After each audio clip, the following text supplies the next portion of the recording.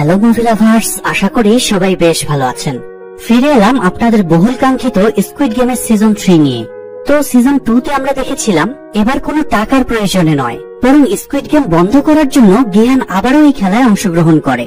এবারও সেখানে আরো 455 জন প্লেয়ার ছিল যাদের টাকার খুব প্রয়োজন ছিল। গিহান তখন তাদের সাথে এই খেলার ভয়াবহতা শেয়ার করলে কেউ বিশ্বাস করে, আবার কেউ এটা বুঝেও টাকার লোভের কাছে হেরে যায়। মজার ব্যাপার হলো এবার গেমের লিডার ফ্রন্টম্যান নিজেও প্লেয়ার সেজে গেমে অংশগ্রহণ করে শুধুমাত্র গিহানকে চ্যালেঞ্জে হারানোর জন্য। তো পরপর 3 রাউন্ড খেলা হয় এবং এতে অধিকাংশ প্লেয়ারই মারা যায়। কিন্তু এরপরও গিহান যখন গেমটা বন্ধ করতে পারছিল না, তখন সে এবং তার বিশ্বস্ত কয়েকজন প্লেয়ার মিলে গার্ডদের সাথে যুদ্ধ করে। তবে এক পর্যায়ে গিহানরা ফ্রন্টম্যানের নির্মমতার কাছে হেরে গিয়ে আত্মসমর্পণ করতে বাধ্য হয়। আর এর পরে যা ঘটেছে সেটাই এখন আমরা সিজন 3 তে দেখতে পারবো। তবে শুরু করার আগে কাইন্ডলি সবাই ভিডিওটাতে একটা লাইক দিয়ে নিন। এপিসোডের শুরুতে দেখা যায় বিদ্রোহ করা সব প্লেয়ারদের মেরে ফেলা হচ্ছে। তখন শিওক নামের একজন প্লেয়ার গার্ড নোয়েলকে রিকোয়েস্ট করে বলে, আমার মেয়ে অসুস্থ, আমাকে প্লিজ মারবেন না। কিন্তু এরপরে নোয়েল তার পেটে গুলি করে, তবে গুলিটা এমন ভাবে করে যাতে সে মরে না যায়। এরপরে নোয়েল তাকে চোখ বন্ধ করে রাখতে বলে যাতে মনে হয় সে মরে গিয়েছে। তো সবাইকে মারা হয়ে গেলে গার্ডরা কফিনে ভরে লাশগুলো সরিয়ে নিয়ে যায়। এর মধ্যে শিওকের কফিনে ক্রস চিহ্ন আঁকা হয়, কারণ তার লাশটাকে ওয়ার্করুমে নিয়ে গিয়ে তার অর্গানগুলো বের করে বাইরে পাচার করা হবে। এই কাজে আজ নোয়েল হেল্প করায় মেইন যে গার্ড ছিল সে খুব সন্তুষ্ট হয়। নোয়েল তার সাথে ওয়ার্করুমে গিয়ে তাদের কাজের প্রসেস দেখতে চাইলে গার্ডটা নোয়েলকে সেখানে নিয়ে যেতে রাজি হয়। এদিকে দেখা যায় গার্ডেরা হলরুমে একটা কফিন নিয়ে যাচ্ছে। জু আতঙ্কিত হয়ে কফিন খুলে দেখে ভিতরে গিহান রয়েছে। লাকিলি গিহান তখনও বেঁচে ছিল। কিছুক্ষণ পরে জ্ঞান ফিরে গিহান যখন জানতে পারে তার সব সঙ্গীরা মারা গিয়েছে, তখন সে প্রচন্ড হতাশ হয়ে যায়। এ সময় গার্ডেরা হলরুমে প্রবেশ করে এবং জানায় লাস্ট রাউন্ডে 35 জন প্লেয়ার এলিমিনেটেড হয়েছে, আর এই মুহূর্তে 60 জন প্লেয়ার টিকে আছে। তাই ওই এলিমিনেটেড প্লেয়ারদের টাকাগুলো ভল্টে জমা হয়ে যায়। এতে মোট প্রাইস মানি দাঁড়ায় 39 বিলিয়নে, যা 60 জনের মধ্যে ভাগ করে দিলে এক একজনের ভাগে 660 মিলিয়ন অন করে পড়েছে। তো ফলাফল জানিয়ে গার্ডেরা বলে এবার তাদের গেমের পক্ষে বিপক্ষে ভোট নেওয়া হবে। এই সময় গিহান আপনজনদের হারানোর বেদনায় একটু ঝামেলা টামেলা করলে গার্ডেরা তাকে হ্যান্ডকেফ দিয়ে আটকে রাখে এবং তাকে ছাড়াই ভোট গ্রহণ শুরু করে। আর স্বাভাবিকভাবে আবারও গেমের পক্ষে ভোট বেশি পড়ে, তাই গার্ডেরা গেম কন্টিনিউ রাখার ঘোষণা দিয়ে চলে যায়। অন্যদিকে গার্ড নোয়েলকে তাদের ওয়ার্করুমে নিয়ে যায়, যেখানে তারা সার্জারির মাধ্যমে লাশের শরীর থেকে অর্গান বের করে নিত। নোয়েল গিয়ে দেখতে পায় ডাক্তার সিওকের অর্গান বের করার প্রস্তুতি নিচ্ছে। তখন নোয়েল আচমকা নিজের গান দিয়ে সেখানে থাকা সব গার্ডকে মেরে ফেলে। তবে সে ডাক্তারকে না মেরে নির্দেশ দেয় যেভাবেই হোক এই লোকটাকে বাঁচাতে হবে, আর এই লোকটা যদি মারা যায় তাহলে সে ডাক্তারকেও মেরে ফেলবে। আসলে নোয়েল কেন এই লোকটার প্রতি এত মায়া দেখাচ্ছে সেটা হয়তো নিশ্চয়ই কোনো কাহিনী আছে। তো গুলি লেগে শিওকের অনেক রক্তক্ষরণ হয়েছিল, তাই নোয়েল নিজের শরীর থেকে তাকে রক্ত ডোনেট করে এবং ডাক্তার সার্জারি করে তার গুলিটা বের করে দেয়। এদিকে ডিটেকটিভ জুনহুকে দেখা যায় সে এখনো স্কুইড গেমের প্লেসটা খোঁজার চেষ্টা চালিয়ে যাচ্ছে। জুনহু ম্যাপ চেক করছিল, তখন চই তার কাছে গিয়ে বলে তার সন্দেহ হচ্ছে ড্রোন অপারেটরকে হয়তো ক্যাপ্টেন পার্কি মেরে ফেলেছে। কিন্তু জুনহু তার কথা বিশ্বাস করে না, কারণ পার্ক তো অতীতে তার জীবন বাঁচিয়েছিল। অন্যদিকে দেখা যায় স্কুইড গেমের প্লেয়াররা ঘুমাচ্ছিল। সকাল হতেই সাইরেন বেজে ওঠে, অর্থাৎ সবাইকে নেক্সট গেমের জন্য প্লেগ্রাউন্ডে ডাকা হচ্ছিল। দেই ঘুম ভেঙে দেখে গিহান তার দিকে এক নজরে তাকিয়ে আছে। আসলে গতদিন দেই ম্যাগজিন নিতে এসে আর ফেরত যায়নি বলেই গিহানরা গার্ডের কাছে পরাজিত হতে হয়েছিল। তাই গিহানের ধারণা দেই হয়তো তাদের সাথে বেইমানি করেছে, তার জন্যই এতগুলো মানুষকে মরতে হয়েছে। এই জন্য সে দেইয়ের উপর প্রচন্ড ক্ষেপে ছিল। তো সাইরেন বাজার পরে সবাই প্লেগ্রাউন্ডে যাচ্ছিল। তখন যাবার পথে দেখা যায় গতকাল বিদ্রোহ করা প্লেয়ারদের অনেকের লাশ ঝুলিয়ে রাখা হয়েছে, যাতে তাদের পরিণতি দেখে আর কেউ বিদ্রোহ করার সাহস না পায়। তো প্লেগ্রাউন্ডে গিয়ে সেখানে একটা বল মেশিন দেখা যায়, যেটার ভেতরে ব্লু এবং রেড কালারের বল রাখা আছে।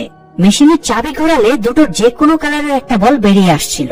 প্লেয়াররা বল মেশিনের চাবি ঘুরিয়ে নিজের ভাগে যে বলটা পড়ে সেটা সংগ্রহ করে নেয়। সবার বল সংগ্রহ করা হয়ে গেলে মার্কস ম্যানেজার গেমের রুলস গুলো জানিয়ে দেয়। এবারের গেমের নাম হলো হাইড অ্যান্ড সিক বা লুকোচুরি খেলা। এখানে বলের কালার অনুযায়ী সবাই রেড এবং ব্লু টিমে ভাগ হয়ে যাবে। প্রথমে ব্লু টিমকে লুকানোর সুযোগ দেওয়া হবে। তারা লুকিয়ে পড়ার পরে রেড টিমের কাজ হবে ব্লু টিমের প্লেয়ারকে খুঁজে বের করা। রেড টিমের কোন প্লেয়ার যদি ব্লু টিমের কাউকে খুঁজে বের করে মেরে ফেলতে পারে তাহলে সে এই রাউন্ডে জিতে যাবে। কিন্তু যদি নির্ধারিত সময়ের ভিতরে রেড টিমের কেউ ব্লু টিমের কাউকে মারতে ব্যর্থ হয় তাহলে সে এলিমিনেটেড হয়ে যাবে। এছাড়া ব্লু টিমের প্লেয়ারদেরকে চাবিও দেওয়া হয়। তারা চাইলে সেফ এক্সিট খুঁজে প্লেগ্রাউন্ড থেকে বেরিয়ে যেতে পারবে, আর সেই ক্ষেত্রেও তারা জিতে যাবে। এটা শুনে রেড টিমের প্লেয়াররা ক্ষেপে যায়, কারণ ব্লু টিমের কাছে যেহেতু চাবি আছে তাই তারা তো ইজিলি বেরিয়ে যাবে। এক্ষেত্রে তো তাদের অ্যাডভান্টেজ অনেক বেড়ে যাচ্ছে। অন্যদিকে খালি হাতে রেড টিমের প্লেয়াররা ওদের কিভাবে পরাস্ত করবে? ওরা তো আর যেচে এসে বলবে না যে আয় ভাই আমাকে মেরে ফেল। এই পরিস্থিতিতে তাদেরকে ঠান্ডা করতে মার্কস ম্যানেজার একটা করে গিফট বক্স দেয়, যার ভেতরে ধারালো ছুরি রাখা ছিল। এই ধারালো ছুরি দিয়ে রেড টিমের প্লেয়াররা ব্লু টিমের প্লেয়ারদের মেরে ফেলতে পারবে। তবে এরপরে দুই টিমের প্লেয়ারদের মধ্যে অনেকেরই নিজেদের টিম নিয়ে অসন্তোষ দেখা যায়। দুই টিমের প্লেয়াররাই ভাবছিল অপর টিমের জন্য হয়তো গেমটা বেশি ইজি। তো এই নিয়ে দুই টিমের মধ্যে তর্কাতর্কি শুরু হয়ে যায়। তাই মার্কস ম্যানেজার তাদের একটা চান্স দিয়ে বলে খেলা শুরুর আগে তারা চাইলে অপোজিশন টিমের কারোর সাথে নিজের টিম চেঞ্জ করে নিতে পারবে। তো টিম চেঞ্জ করার সুযোগ পেয়ে প্রথমেই মিগি তার গার্লফ্রেন্ড জুনির সাথে টিম বদলে নিতে চায়, কারণ মিগি ব্লু টিম আর জুনি রেড টিমে ছিল। জুনির পক্ষে কোনো মানুষকে খুন করা সম্ভব না, তাই রাউন্ড শেষে জুনির এলিমিনেটেড হওয়ার চান্স অনেক বেশি। ফলে জুনির সাথে সাথে তার গর্ভের সন্তানকেও মরে যেতে হবে। এই জন্য মিগি তার সাথে টিম বদলে নিতে চাইছিল। তবে জুনি মিগির উপরে এখনো অনেক রেগেছিল, তাই সে মিগির কথা মানে না। তখন মিগি তাকে বলে তাহলে খেলা শুরুর পরে আমি তোমার সামনে গিয়ে দাঁড়াবো, তুমি আমাকে হত্যা করে এই রাউন্ডটা ক্লিয়ার করে নিও। আমার মৃত্যুর বিনিময়ে অন্তত তুমি এবং আমাদের বাচ্চা বেঁচে যাবে। কিন্তু জুনি এখানে কোনো কিছু না বলে তার সামনে থেকে সরে যায়। এদিকে ইয়ংশি ছিল ব্লু টিমে আর তার মা ছিল রেড টিমে। তার মা বৃদ্ধ হয়ে গিয়েছে, তার হাঁটুতেও ব্যথা, ফাইট করার মতো তার গায়ে কোনো শক্তিও নেই। তাই ইয়ংশি মায়ের সাথে নিজের টিম বদলে নিতে চায়। তখন তার মা তাকে বলে ছোটবেলায় পাড়ার ছেলেপেলের হাতে মার খেয়ে তুই কান্নাকাটি করতি, জীবনে কখনো কারো গায়ে ফুলের টোকাও দিসনি তুই, তাহলে তুই কিভাবে এখন খুন করবি? উত্তরে ইয়ংশি বলে সে যেভাবেই হোক এই রাউন্ডটা ক্লিয়ার করে নেবে। এই বলে সে মায়ের সাথে নিজের টিম বদলে নেয়। অন্যদিকে দেই ছিল ব্লু টিমে। সে খেয়াল করে জ্ঞান ছড়ি হাতে তার দিকে একভাবে তাকিয়ে আছে। এটা দেখে সে খুবই ঘাবড়ে যায়। জ্ঞানের তাকানোতেই বলে দিচ্ছিল সে প্রতিশোধ নিতে তৎপর হয়ে আছে। দেই আতঙ্কে তখন জ্ঞানের কাছে গিয়ে বলে আমার দিকে কি দেখছো, আমার কি পরিমণির মতো কোনো জিনিসপত্র আছে নাকি? এই বলে সে জ্ঞানের উপরে মারমুখী হলে গার্ডেরা দ্রুত এসে তাকে সরিয়ে নিয়ে যায়। এরপরে তাদের খেলার জন্য রেডি হতে বলে। ব্লু টিমের প্লেয়াররা মেইন প্লেগ্রাউন্ডে ঢুকছিল, তখন জুনি তার গর্ভের সন্তানের কথা ভেবে ফাইনালি মিগির সাথে টিম চেঞ্জ করে নেয়। ব্লু টিমের সবাই প্লেগ্রাউন্ডে ঢোকার পরে তাদের লুকানোর জন্য 2 মিনিট সময় দেওয়া হয়। জুনির প্রেগন্যান্সির লাস্ট মান্থ চলছিল, তাই তার লুকাতে সমস্যা হচ্ছিল। এই জন্য জু এবং ইয়ংশির মা তাকে হেল্প করে। তো 2 মিনিট শেষে এবার রেড টিমের প্লেয়ারদেরকে 30 মিনিট সময় দেওয়া হয় ব্লু টিমের প্লেয়ারদেরকে খুঁজে বের করার জন্য। জ্ঞান তখন ছুরি হাতে প্লেগ্রাউন্ডে ঢোকার সময় দেইকে উদ্দেশ্য করে বলে সান্ডার বাচ্চা, সব দোষ তোর, আমি তোকে ছাড়বো না, আর তোর কোনো কফিল বাপু তোকে আমার হাত থেকে বাঁচাতে পারবে না। তো সেকেন্ড এপিসোড শুরু হলে দেখা যায় রেড টিম খেলতে নামার সাথে সাথে 30 মিনিটের কাউন্টডাউন শুরু হয়ে যায়। তারা সবাই ব্লু টিমের প্লেয়ারদের খুঁজতে চারিদিকে ছড়িয়ে পড়ে। নামো নামে রেড টিমের একজন প্লেয়ারকে দেখা যায় সে ক্রসের ভিতরে লুকিয়ে রাখা ড্রাগের একটা ট্যাবলেট খেয়ে নেয়, যাতে সে আরো নৃশংস হয়ে উঠতে পারে। তো এই প্লেগ্রাউন্ডে ছোট ছোট অনেকগুলো ঘর ছিল। এক একটা ঘরের আবার কয়েকটা করে দরজা ছিল। এক দরজা দিয়ে ঢুকে আরেক দরজা দিয়ে বের হওয়া যেত, তবে প্রতিটা দরজা খুলতেই চাবির প্রয়োজন হতো। তো দরজা খোলার সময় জু খেয়াল করে তাদের এক একজনকে এক এক শেপের চাবি দেওয়া হয়েছে। প্লেয়ারদেরকে 3 রকম শেপের চাবি দেওয়া হয়েছিল, কাউকে সার্কেল, কাউকে ট্রায়াঙ্গেল, আবার কাউকে স্কোয়ার শেপের চাবি দেওয়া হয়েছে। আর এই দরজাগুলোতে সেই অনুযায়ী তালা লাগানো ছিল। তার মানে কারো কাছে যদি শুধুমাত্র একটা শেপের চাবি থাকে তাহলে সে সব দরজা খুলতে পারবে না। তবে লাকিলি জু, জুনহি এবং ইয়ংসির মা এই 3 জনের কাছে 3টা শেপের চাবি ছিল। তাই ইয়ংসির মা এবং জুনহি তাদের চাবিগুলো জুকে দিয়ে দেয়, যাতে তারা দ্রুত দরজা খুলে এক্সিট পয়েন্টের দিকে এগিয়ে যেতে পারে। এদিকে মিগি এবং নামু মিলে ব্লু টিমের একজনকে ধরে ফেলে। নামু লোকটাকে মেরে ফেলতে গেলে মিগি তাকে থামিয়ে বলে তারা একসাথে লোকটার বুকে ছুরি ঢোকাবে, এতে তাদের হাফ হাফ খুন হয়ে যাবে। আসলে মিগি নামুকে ভরসা করছিল না, কেননা নামু একা খুনটা করলে তার রাউন্ড ক্লিয়ার হয়ে যাবে, তখন হয়তো সে আর মিগিকে হেল্প করবে না। তাই বুদ্ধি খাটিয়ে মিগি এই কাজটা করে। ফলে তারা দুজনে মিলে যদি এখন আর একজনকে খুন করে তাহলে দুজনেরই রাউন্ড ক্লিয়ার হয়ে যাবে। তাই লোকটাকে খুন করে তারা আরেকটা শিকার ধরতে চলে যায়। তখন রেড টিমের মিনসু আড়াল থেকে বেরিয়ে এসে দেখে খুনের সময় নামুর ক্রসটা পড়ে গিয়েছে। মিনসু জানতো এটার ভেতরে ড্রাগ থাকে। এমনিতে মিনসু খুব ভদ্র এবং ভীতু একটা ছেলে ছিল, তার পক্ষে কাউকে খুন করা সম্ভব না। তাই সে যাতে নেশাগ্রস্ত হয়ে খুন করতে পারে এই জন্য সেও একটা ড্রাগের ট্যাবলেট খেয়ে নেয়। অন্যদিকে দেখা যায় জু, জুনহি এবং ইয়ংশির মা পালাচ্ছিল। কিন্তু দুর্ভাগ্যবশত সিঁড়ি দিয়ে ওঠার সময়ে জুনি পা পিছলে পড়ে যায়। এ সময় সেখানে রেড টিমের একজন প্লেয়ার চলে আসে। তবে জো যেহেতু মিলিটারি ট্রেন ছিল, তাই সে রেড টিমের প্লেয়ারটাকে মেরে ওদের দুজনকে নিয়ে একটা রুমে ঢুকে পড়ে। এ সময় মাইকের অ্যানাউন্সমেন্টের জন্য শুনতে পায় মিগি এই রাউন্ডে পাশ করে গিয়েছে। তার মানে মিগি আর নামও মিলে ব্লু টিমের আরেকজন প্লেয়ারকে খুন করেছে। মিগি রাউন্ড ক্লিয়ার করে ফেলেছে শুনে জনি একটু নিশ্চিন্ত হয়। জো তখন জুনির পায়ে আঘাত লাগা জায়গায় চেক করে দেখে তার পায়ে বেশ ভালো চোট লেগেছে। তাই জো এবং ইয়ংশির মা তাকে ধরাধরি করে তোলার চেষ্টা করলে খেয়াল করে জুনির ডেলিভারি পেইন উঠেছে আর এখনই তার বাচ্চা ডেলিভারি করা লাগবে। তাই জো দরজার কাছে গিয়ে পাহারায় দাঁড়ায় যাতে কেউ ভেতরে আসতে না পারে। আর ইয়ংশির মা জনির বাচ্চা ডেলিভারি করার কাজে লেগে পড়ে। এদিকে ইয়ংশি মারার জন্য ব্লু টিমের একজন প্লেয়ারকে পেয়ে যায়। সে প্লেয়ারটাকে মারতে গেলে প্লেয়ারটা আকুতি মিনতি করে বলে, ভাই আমাকে প্লিজ মারিস না, আমার মা ক্যান্সারের রোগী, আমি ছাড়া তাকে দেখার আর কেউ নেই। কথাগুলো শুনে ইয়ংশির মন দুর্বল হয়ে পড়ে আর এই সুযোগে প্লেয়ারটা ইয়ংশির উপরে অ্যাটাক করে। দুজনে হাতাহাতি করছিল, ঠিক তখনই রেড টিমের আরেকটা প্লেয়ার এসে ব্লু টিমে সেই প্লেয়ারটাকে মেরে ফেলে। ফলে বেচারা ইয়ংশির আর রাউন্ড ক্লিয়ার করা হয় না। অন্যদিকে ব্লু টিমের কয়েকজন প্লেয়ার সেই ভণ্ডতান্ত্রিককে ফলো করছিল আর সে ভোজন বুঝিয়ে তাদেরকে সাথে নিয়ে পালিয়ে বেড়াচ্ছিল। সে একটা রুমের সামনে দাঁড়িয়ে তন্ত্রমন্ত্র পড়ে বলে এই রুমটা সেফ। এই বলে সে রুমের লক খুলে দেখে ভেতরে কয়েকজন রেড টিমের প্লেয়ার আছে। এটা দেখে সে তার ফলোয়ারদের কিছু না বলেই দৌড়ে পালিয়ে যায়। ফলে ওই লোকগুলোকে অযথায় মরতে হয়। তান্ত্রিক পালানোর সময়ে দেইয়ের সাথে ধাক্কা খায়। তখন দেই একদিকে দৌড় দেয় আর তান্ত্রিক আরেক দিকে দৌড় দেয়। তবে এবার তান্ত্রিক গিয়ে গিহানের সামনে পড়ে। নিজেকে বাঁচাতে সে গিহানকে বলে, তুমি যাকে খুঁজে বেড়াচ্ছ সেই দেই ওই দিকে পালিয়ে গিয়েছে, তুমি ওই দিকে যাও আর বেঈমানের প্রতিশোধ নাও। গিহানও যেহেতু শুধুমাত্র দেইকেই মারার জন্য খুঁজে বেড়াচ্ছিল, তাই সে তান্ত্রিককে মারার সুযোগ পেয়েও তাকে না মেরে দেইকে খুঁজতে চলে যায়। আর তান্ত্রিক পালিয়ে আরেকটা রুমে ঢুকে পড়ে। আর এই রুমটাই হলো এক্সিট পয়েন্ট গুলোর একটা। তান্ত্রিক তখন খুব আনন্দের সাথে চাবি ঢুকিয়ে দরজার লক খোলার চেষ্টা করে, কিন্তু সমস্যা হলো এই দরজায় 3টা লক আছে, অর্থাৎ দরজাটা খুলতে 3টা শেপেরই চাবির প্রয়োজন। তাই সে বাকি 2টো শেপের চাবি খুঁজতে বাইরে বেরিয়ে আসে। সে প্রথমে সিঁড়ির নিচে একটা লাশ পড়ে থাকতে দেখে তার গলায় চাবিটা চেক করে, কিন্তু এটা রাউন্ড শেপের চাবি যেটা তার কাছে আগে থেকেই আছে। তো সে যাতে পথ ভুলে না যায় এই জন্য রক্ত দিয়ে দেয়ালে একটা অ্যারো চিহ্ন দিয়ে রাখে এবং চাবি খুঁজতে থাকে। অন্যদিকে মিগি আর নামুর রাউন্ড ক্লিয়ার হয়ে গেলেও তারা ব্লু টিমের আরো প্লেয়ারকে খুঁজে বেড়াচ্ছিল, কারণ যত বেশি প্লেয়ার মারা যাবে তাদের প্রাইস মানিও তত বেড়ে যাবে। ব্লু টিমের জঙ্গল পালানোর সময় খেয়াল করে ওরা দুজনে এগিয়ে আসছে, তাই সে একটা ট্রিক্স খাটায়। সে একটা লাশের রক্ত নিজের মুখে এবং জামায় মাখিয়ে নেয়, এরপরে লাশটার পাশেই মরার ভান করে পড়ে থাকে। এ সময় আবার চাবির খোঁজে তান্ত্রিক জঙ্গলুর কাছে আসে এবং তার গলার চাবিটা টান দেয়। ঠিক তখনই জঙ্গলু উঠে বসে তান্ত্রিককে চমকে দেয়। তান্ত্রিক তখন জঙ্গলুকে জানায় সে এক্সিট পয়েন্ট খুঁজে পেয়েছে। এটা বলে সে জঙ্গলুকে নিয়ে আবারও ওই রুমটাতে যায়। জঙ্গলুর কাছে বাকি 2টো শেপের চাবি ছিল, তাই 3টে চাবি দিয়ে ফাইনালি দরজাটা লক খুলে যায়। কিন্তু জঙ্গলু এখানে তান্ত্রিকের সাথে গাদ্দারি করে। সে তান্ত্রিককে রুমের ভিতরে ফেলে রেখে একাই বাইরে পালিয়ে যায়।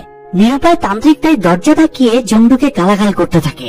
তবে লাভের লাভ কিছুই হয় না, উল্টো সাউন্ড শুনে সেখানে মিনসু চলে আসে।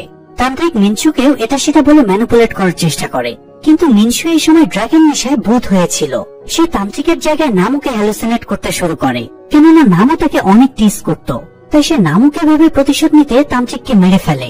তাই তান্ত্রিকও তার অতি ভণ্ডামির ফল পেয়ে যায় আর নামুরও এই রাউন্ড ক্লিয়ার হয়ে যায়। এদিকে দেই পায়ে চোট পেয়েছিল, তাই গিহান রক্তের দাগ ট্রেস করে তাকে ধরে ফেলে। দেই তখন ইমোশনাল কথাবার্তা বলে গিহানকে এক্সপ্লেন করার চেষ্টা করে সে কেন গতকাল ম্যাগাজিনগুলো নিয়ে যায়নি। তার এক্সপ্লেন শুনে গিহানের মনটা কিছুটা নরম হয়, কিন্তু এই সুযোগ কাজে লাগিয়ে সে গিহানের উপরেই অ্যাটাক করে। তাই এবার আর গিহান তাকে একটুও ছাড় দেয় না। গিহানের হাতে তখন ধারালো ছুরি থাকলেও দেইয়ের কাছে কিছুই ছিল না, তাই সে নিজের জুতো খুলে হাতে নিয়ে বলে, এটা বাটা কোম্পানির জুতো, তুই আমার সাথে পারবি না। এসব শুনে গিহান আরো রেগে যায় এবং ছুরি ফেলে দিয়ে দেইকে গলা টিপে মেরে ফেলে। তাই বেচারা দেইয়ের চ্যাপ্টার এখানেই ক্লোজ হয়ে যায়। অন্যদিকে ততক্ষণে জুনির বাচ্চা ডেলিভারি হয়ে গিয়েছিল। সে একটা ফুটফুটে মেয়ে বাচ্চার জন্ম দিয়েছে। ইয়ংশির মা তার চুলের খোপায় একটা ধারালো অস্ত্র লুকিয়ে রাখত, সেটা দিয়ে সে বাচ্চাটা নাড়ি কেটে দেয় এবং বাচ্চাটা জুনির কোলে তুলে দেয়। এ সময় সেখানে রেড টিমের একজন চলে আসে। জু তখন আবারও তাকে প্রোটেক্ট করতে তার সাথে ফাইট শুরু করে। এক পর্যায়ে জু ওই প্লেয়ারটাকে মেরে ফেলে। তবে ফাইট করতে করতে তারা পাশের আরেকটা রুমে চলে এসেছিল। জু খেয়াল করে এটা এক্সিট পয়েন্ট, আর তার কাছে যেহেতু 3টা চাবি ছিল তাই সে ইজিলি এক্সিট ডোরটা খুলে ফেলে। কিন্তু একা বাইরে যেতে তার বিবেকে বাধে। সে জুনি এবং ইয়ংশির মাকে নিতে আবারও ফিরে যায়। সে হাসি মুখে তাদেরকে এক্সিট পয়েন্ট পাওয়ার কথাটা জানায়, কিন্তু ওই মুহূর্তে মিগি এসে জোকে পেছন থেকে ছুরি চালিয়ে দেয়। মিগি অবশ্য জানতো না জো এতক্ষণ তার গার্লফ্রেন্ড আর বাচ্চাকে প্রোটেক্ট করছিল। জুনিকে বাচ্চা কোলে বসে থাকতে দেখে মিগি বিস্মিত হয়ে যায়, আর জুনি তার দিকে ঘৃণা এবং কান্না ভরা দৃষ্টিতে নির্বাক হয়ে তাকিয়ে থাকে। মিগি তার চোখে চোখ রাখতে পারছিল না, তাই সেখান থেকে সে চলে যায়। জুনি আর ইয়ংশির মা তখন নীরবে একটু কান্না করে। এরপরে নিজেকে সামলে নিয়ে ইয়ংশির মা জুয়ের গলা থেকে চাবিগুলো খুলে নেয় এবং জুনিকে নিয়ে এক্সিট পয়েন্ট খুঁজতে বের হয়। একটু পরে তারা এক্সিট ডোরের কাছে চলে আসে, কিন্তু এ সময় তাদের পেছনে ইয়ংশি চলে আসে। রাউন্ড শেষ হতে আর মাত্র 2 মিনিট বাকি আছে, অথচ ইয়ংশি এখনো কাউকে মারতে পারেনি। তাই সে জুনিকে মেরে রাউন্ড ক্লিয়ার করতে চাইছিল, না হলে রুলস অনুযায়ী সে তো মারা যাবে। তার মা তখন থেকে বাধা দিয়ে বলে, ঠিক আছে তাহলে তুই আমাকে মেরে ফেল, আমি তো অনেক দিন বাঁচলাম, আর না বাঁচলেও চলবে, তুই বরং ওই বাচ্চাটাকে মায়ের কোল থেকে আলাদা করিস না। কিন্তু সমস্যা হলো ছেলেই বা তার মাকে কিভাবে মারবে। তাই ইয়ংশি তার মাকে সরিয়ে দিয়ে জুনিকে মারতে এগিয়ে যায়। তবে সে ছুরি চালানোর আগেই পেছন থেকে তার মা এসে তার পিঠে ছুরি ঢুকিয়ে দেয়। আসলে জুনিকে বাঁচাতে ইয়ংশির মা বাধ্য হয়ে নিজের ছেলেকে হত্যা করে, আর এখানে স্কুইড গেম নৃশংসতার সীমা অতিক্রম করে ফেলে। যাই হোক, 30 মিনিট শেষ হয়ে যাওয়ায় ব্লু টিমের বাকি প্লেয়াররা বেঁচে যায় এবং রেড টিমের এলিমিনেটেড প্লেয়ারদের মেরে ফেলা হয়। এমন খুনোখুনির পরে গিয়ানের খুব হতাশ লাগছিল, তাই সে নিজের ছুরিটা দিয়ে সুইসাইডের চেষ্টা করে। তবে গার্ডরা এসে তাকে আটকে ছুরিটা ফেলে দেয়। আসলে তাকে এত তাড়াতাড়ি মরতে দিলে তো আর খেলা জমবে না, কারণ ফ্রন্টম্যান থেকে আরো অনেক নৃশংসতার মুখোমুখি করবে। যাই হোক, এপিসোড 3 এর শুরুতে আমরা দেখি গার্ডদের ভেতরে কয়েকজন স্পেশাল গার্ডও রয়েছে। আসলে এরা কোনো গার্ড ছিল না, এরা হলো স্কুইড গেমের ভিআইপি, মানে যারা স্কুইড গেমের স্পন্সরের টাকা পয়সা দেয় আর কি। এদের বিনোদন দেওয়ার জন্যই স্কুইড গেম তৈরি করা হয়েছে। এবার তারা স্কুইড গেমের সরাসরি মজা নেওয়ার জন্য এভাবে গার্ড সেজে এন্ট্রি নিয়েছিল, আর মজা নেওয়া শেষ হয়ে গেলে তারা নিজেদের গেস্ট রুমে চলে যায়। এদিকে প্লেয়ারদের দেখা যায় তারা রাউন্ড ক্লিয়ার করে হল রুমে ফিরে আসে। নামও খেয়াল করে সে তার ক্রসটা হারিয়ে ফেলেছে। ড্রাগন নেশায় অস্থির হয়ে সে বাইরে ক্রসটা খুঁজতে যেতে চায়, তবে গার্ডরা তাকে আর বাইরে যেতে দেয় না। একটু পরে গার্ডাররা চতুর্থ রাউন্ড শেষে ফলাফল জানায়। এই রাউন্ডেও 35 জন এলিমিনেটেড হয়ে গিয়েছে এবং এখন আর টিকে আছে 25 জন। এতে মোট প্রাইস মানি দাঁড়িয়েছে 43 বিলিয়নে। তার মানে প্রত্যেকের ভাগে পড়ছে 1.7 বিলিয়ন করে। ফলাফল ঘোষণা শেষ করে পরের রাউন্ডে খেলা হবে কিনা এই ব্যাপারে ভোট গ্রহণ শুরু হয়, কিন্তু এতগুলো টাকাতেও প্লেয়াররা সন্তুষ্ট ছিল না, তাই সবাই আবারও গেমের পক্ষেই ভোট দিচ্ছিল।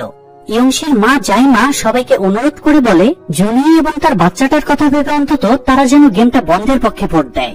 তাদের নিজেদের টাকা কম পড়লে প্রয়োজনে জাইমার টাকাটা তারা নিয়ে নিক, তবুও তারা এই মৃত্যুর গেমটা বন্ধ করুক। কিন্তু কথায় আছে না, চোরে না শুনে ধর্মের কাহিনী, তাই কেউই তার অনুরোধকে তোয়াক্কা করে না এবং শেষ পর্যন্ত পরের রাউন্ডেও গেম কন্টিনিউ রাখা হয়। এদিকে নোয়েলের রেস্কিউ করা প্লেয়ার শিওকের জ্ঞান ফিরে আসে, তাই সে তখন ওই ডাক্তারকে মেরে ফেলে। এরপরে সে একজন গার্ডের ড্রেস এবং মাস্ক পরিয়ে দিয়ে তাকে নিয়ে গার্ডদের সেকশনে চলে যায়। শিওককে সে 16 নম্বর গার্ডের ড্রেস পরিয়েছিল, তাই নোল তাকে 16 নম্বর গার্ডের রুমে গিয়ে রেস্ট নিতে বলে। আর নোল সবার চোখ ফাঁকি দিয়ে একটা ভেন্টিলেটরের ভেতর ঢুকে যায়। কিছুক্ষণের ভেতরে সার্জারি রুমের ঘটনাটা মার্কস অফিসার জেনে যায় এবং ইনকোয়ারি শুরু করে। সে জানতে পারে এর পেছনে নোল জড়িত, কারণ সব গার্ডেরা নিজেদের পজিশনে থাকলেও নোলকে কোথাও দেখা যাচ্ছিল না। তবে মার্কস অফিসার কোনো অ্যাকশন নেওয়ার আগেই নোল তার রুমে পৌঁছে গিয়েছিল। নোল মার্কস অফিসারের দিকে গান পয়েন্ট করে বলে আগামীকাল তাকে এবং 16 নম্বর গার্ডকে যেন বাইরের ডিউটিতে পাঠানো হয়। মার্কস অফিসার তখন বলে এখান থেকে পালানো সম্ভব না, তুমি তো সেটা ভালো করেই জানো। উত্তরে নোল থ্রেট দিয়ে বলে ভিআইপিরা অলরেডি এখানে চলে এসেছে, তাই তাদেরকে এখান থেকে চুপচাপ যেতে না দিলে সে ভিআইপিদের সাথে ঝামেলা করবে। তো মার্কস অফিসার ঝামেলা এড়াতে নোলের কথা মেনে নেয়। অন্যদিকে জুনহোকে দেখা যায় সে তার টিম নিয়ে আবারও স্কুইড গেমের প্লেসটা খুঁজতে বেরিয়েছিল। এ সময় জুনহোর কাছে চোয়ের ফোন আসে। চোই জানায় সে ক্যাপ্টেন পার্ক যেখানে থাকতো সেখানে খোঁজখবর নিয়েছে, এখানে কেউই তাকে চেনে না, কেউ তার বাড়ির ঠিকানা এমনকি পরিবারের ব্যাপারেও কিছু জানে না, তার বন্ধু বান্ধবের ব্যাপারেও কিছুই জানা যায়নি। তাই সে জুনহোকে ক্যাপ্টেন পার্কের কাছ থেকে সাবধানে থাকতে বলে। তবে চোই এখানেই থেমে থাকে না, সে পার্কের বাড়িটা খুঁজে বের করে। তার বন্ধুকে বাইরে পাহারায় রেখে সে বাড়ির ভেতরে ঢোকে। প্রথমেই সে একটা কুকুরের সামনে পড়ে, তবে কুকুরটা বাধা ছিল, তাই সমস্যা ছাড়াই সে ভেতরে ঢোকে। ঘরে ঢুকে একটু খুঁজতেই সে পার্ক এবং সেই সেলসম্যানের একসাথে একটা ফটো পেয়ে যায়। এ সময় পার্কের কুকুরটা দড়ি ছিঁড়ে এসে চোয়ের উপর অ্যাটাক করে, তাই সে কুকুরটাকে গুলি করে মেরে ফেলে। এরপরে বাইরে বের হওয়ার সময় সে একটা কূপ দেখতে পেয়ে সেটা ঢাকনা সরিয়ে দেখে ভেতরে প্রচুর টাকা রাখা আছে এবং সেখানে সে স্কুইড গেমের গার্ডের ড্রেস আর মাস্কও পেয়ে যায়। এতে সে নিশ্চিত হয়ে যায় ক্যাপ্টেন পার্ক স্কুইড গেমেরই লোক। তবে সে বাইরে গিয়ে কোনো স্টেপ নেওয়ার সুযোগ পায় না। চই যেহেতু একটু আগে গুলি চালিয়েছিল তাই গুলির শব্দে পার্কের বাড়িতে পুলিশ চলে আসে এবং চইকে গ্রেফতার করে থানায় নিয়ে যায়। এদিকে দেখা যায় প্লেয়াররা রাতের খাওয়া শেষে ঘুমিয়ে পড়েছে। জনিও সারাদিনের ধকলে ক্লান্ত হয়ে বাচ্চা নিয়ে ঘুমিয়ে পড়েছিল। জাইমা সারাক্ষণ তাদের খেয়াল রাখছিল। আপাতত শুধুমাত্র জাইমা আর গিহানই জেগেছিল।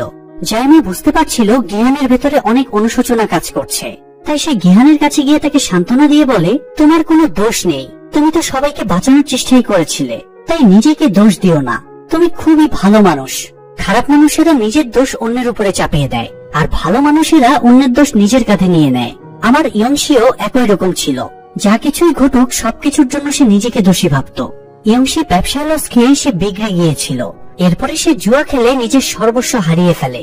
তাই সে মদ খেয়ে মাতাল হয়ে বাড়ি ফেরায় আমি অনেক গালমন্দ করে উল্টাপাল্টা কথা বলেছিলাম, এমনকি তার মৃত্যুও কামনা করেছিলাম। যার কারণে সেদিন রাতে ইয়ংশি ওষুধ খেয়ে সুইসাইডের চেষ্টা করে।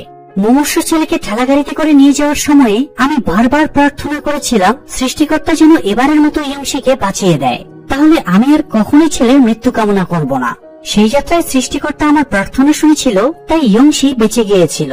কিন্তু ভাগ্যের কি নির্মম পরিহাস, আজকে সেই ছেলেকেই আমি নিজের হাতে মেরে ফেললাম। এই বলে জাইমা কান্নায় ভেঙে পড়ে। নিজেকে সামলে নিয়ে সে গিহানকে হাতে পায়ে ধরে রিকোয়েস্ট করে সে যেন জুনহির নিষ্পাপ বাচ্চাটাকে প্রোটেক্ট করে। এরপরে কথা শেষ করে জাইমা চলে যায়। এর বেশ কিছুক্ষণ পরে হঠাৎ সাইরেন বেজে ওঠে এবং কফিন হাতে কয়েকজন গার্ডকে ঢুকতে দেখা যায়। রুমের লাইট জ্বালানোর পরে যা দেখা যায় তা দেখার জন্য প্লেয়াররা কেউই প্রস্তুত ছিল না। আসলে জাইমা গলায় ফাঁস দিয়ে আত্মহত্যা করেছে। জাইমার লাশ দেখে জনি ডুকরে ডুকরে কাঁদতে শুরু করে। গিহানেরও ভীষণ খারাপ লাগছিল, সেও মুখ বুজে কাঁদতে থাকে। সত্যি বলতে জাইমার এভাবে চলে যাওয়াটা আমি নিজেও মেনে নিতে পারছি না, কেননা জাইমা এই স্কুইড গেমে খুবই পজিটিভ ইম্প্যাক্ট ফেলেছিল। যাই হোক, সকালে প্লেয়ারদেরকে পঞ্চম রাউন্ডের জন্য প্লে গ্রাউন্ডে নিয়ে যাওয়া হয়। গিহান জাইমার লাস্ট রিকোয়েস্ট রাখার সিদ্ধান্ত নেয়। এই জন্য সে জুনিকে গিয়ে বলে, তোমার বাচ্চাটা আমার কাছে দাও। প্রথমে জুনি বাচ্চা দিতে চায় না, কারণ সে আর কাউকেই বিশ্বাস করতে পারছিল না। তবে গিহান তার বাচ্চার নিরাপত্তার ভরসা দিলে সে বাচ্চাটা গিহানের কোলে তুলে দেয়। ভিআইপিরা এই রাউন্ডের খেলা দেখার জন্য খুব উৎসুক হয়ে বসেছিল। তবে তাদের সবচেয়ে বেশি আগ্রহ ছিল জুনির উপরে। এমনিতেই গতকাল তার পা ভেঙে গিয়েছে, এখন আবার সাথে একটা বাচ্চাও আছে, তাই তারা দেখতে চাইছিল জুনি এই রাউন্ডে কিভাবে সার্ভাইভ করে। তো এই রাউন্ডের খেলার নাম হলো জাম্প রোপ। এখানে এক মাথা থেকে আরেক মাথা পর্যন্ত একটা সরু লম্বা ব্রিজ আছে, আর ব্রিজের দুই মাথায় দুটো বড় পুতুল দাঁড়িয়ে আছে। পুতুল দুইটা দুই পাশ থেকে একটা দড়ি ঝাঁপাচ্ছে। প্লেয়ারদেরকে এই দড়ির ঝাপটা থেকে বেঁচে ব্রিজটা পার হয়ে অপর পাশে যেতে হবে। তবে কেউ একবার দড়ির ঝাপটা খেলেই সে নিচে পড়ে মারা যাবে। ব্রিজ পার হবার জন্য তারা 20 মিনিট সময় পাবে। তো একটু পরে কাউন্টডাউন শুরু হয়ে যায়। এটা এতটাই ডেঞ্জারাস গেম ছিল যে কেউই ব্রিজে ওঠার সাহস পাচ্ছিল না। প্রতিটা সেকেন্ডেই দড়িটা ঝাঁপাচ্ছিল। দেখে মনে হচ্ছিল এই ব্রিজ পার হওয়া প্রায় অসম্ভব। মিনসু তখন খেয়াল করে নামও ড্রাগ নিতে না পেরে অস্থির হয়ে আছে। সে ক্রসটা খুলে দেখে ভেতরে শুধু একটাই ট্যাবলেট আছে। মিনসু তখন ট্যাবলেটটা নিজের পকেটে ঢুকিয়ে রাখে। এরপরে ক্রসটা নামুকে দেখিয়ে বলে, তুই কি এটা খুঁজছিস? এই বলে মিনসু ক্রসটা ব্রিজের উপরে ছুড়ে মারে। নামু যেহেতু নেশার তাড়নায় ছটফট করছিল, তাই সে এবার ব্রিজের উপরে উঠে যায়। সে লাফিয়ে লাফিয়ে একসময় ক্রস পর্যন্ত পৌঁছে যায়, কিন্তু ক্রসটা খুলেই দেখে ভেতরে কোনো ট্যাবলেট নেই। আশাহত হয়ে এবার তার মাইন্ডটা ডিস্ট্রাক্ট হয়ে যায় এবং দড়ির ঝাপটায় সোজা নিচে পড়ে যায়। এদিকে গিহান জুনির পা চেক করে দেখে খুব বাজে অবস্থা। জুনি লাফানো তো দূরের কথা, ঠিক মতো দাঁড়াতেও পারছিল না। গিহান তখন বলে তারা বাচ্চাটা এখানেই রেখে জুনিকে নিয়ে ব্রিজ পার হবে। কিন্তু গার্ডেরা পাশ থেকে এসে বলে 20 মিনিট পার হওয়ার পরে এই পাশে যারাই থাকবে তাদের সবাইকে মেরে ফেলা হবে, এমনকি এই বাচ্চাটাকেও। এবার গিহান একটু খেপে যায়, কিন্তু তাদের সাথে ঝামেলা করে তো সে টিকতে পারবে না। জুনি তখন গিহানকে রিকোয়েস্ট করে বলে, আপনি শুধু আমার বাচ্চাটাকে ব্রিজ পার করার ব্যবস্থা করেন। জুনি তার নিজের জার্সির সাথে বাচ্চাটা ঝুলিয়ে গিহানের গলায় বেঁধে দেয়। এরপরে গিহান ব্রিজের উপরে উঠে যায়। সে খুব সাবধানে ব্রিজ পার হচ্ছিল। গেমটাকে কঠিন করার জন্য ব্রিজের মাঝখানে আবার একটা ফাঁকা জায়গা ছিল, সেখানে গিয়ে গিহান আটকে যায়। তবুও বেশ কষ্টে সে ফাঁকা জায়গাটাও লাফিয়ে পার হয়ে যায়। এরপরে সে বাকিটা পথও ভালোভাবে পার হয়ে ওই পাশে পৌঁছায়। তারপর সে বাচ্চাটাকে উঁচু করে জুনিকে দেখিয়ে বলে, বাচ্চাটা একদম ঠিক আছে। সে জুনিকে ভরসা দিয়ে বলে, এবার আমি তোমাকে পার করে নিয়ে আসব। কিন্তু এরই মধ্যে ব্রিজের উপরে আরো কয়েকজন প্লেয়ার উঠে পড়ে। তাই জুনিকে পার করতে হলে গিয়ানের এখন অপেক্ষা করা ছাড়া কোনো উপায় নেই। গিয়ানের পরে আরেকজন প্লেয়ারও ব্রিজ পার হয়ে যায়, তবে এই প্লেয়ারটা বেশ হারামি ছিল। সে আর কাউকে ব্রিজ পার হতে দিচ্ছিল না, যেই পার হতে আসছিল সে তাকেই ধাক্কা দিয়ে ফেলে দিচ্ছিল।